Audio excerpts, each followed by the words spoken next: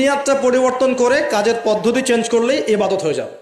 বাসায় গিয়ে যদি ঘুমান, একদম ঠাপাস করে লাইটটা অফ করলেন আর এই যে মোবাইল টিপতে টিপতে ঘুম দিলেন, এই ঘুমে কোনো নেকি নাই। কি আছে?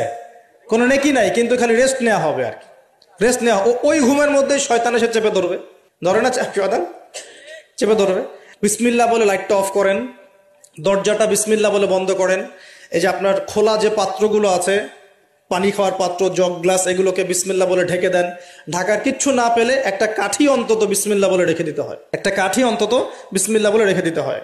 তারপরে আপনি মশারি খাটাচ্ছেন, বিছানা ঝাড়ু দিচ্ছেন, পারলে একটু ওযু করে আসলেন, এসে পড়লেন একবার সূরা ইখলাস, একবার ফালাক, একবার নাস, মানে কুল হুয়াল্লাহু আহাদ, কুল আউযু বিরাব্বিল ফালাক, কুল আউযু বিরাব্বিন নাস পড়ে ফু দিয়ে এভাবে মাথাটাকে মাসাহ করলেন একদম গায়ের নিচ পর্যন্ত।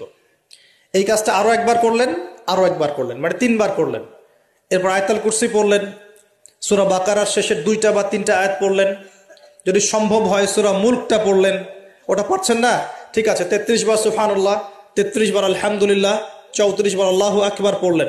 পরে ডান দিকে কাত হলেন, হাতটাকে গালের নিচে রাখলেন, রেখে বললেন আল্লাহুম্মা বিইসমিকা আমুতু ওয়া আহইয়া। আপনি 4 ঘন্টা, 4.5 ঘন্টা, 5 ঘন্টা, 6 ঘন্টা ঘুমালেন।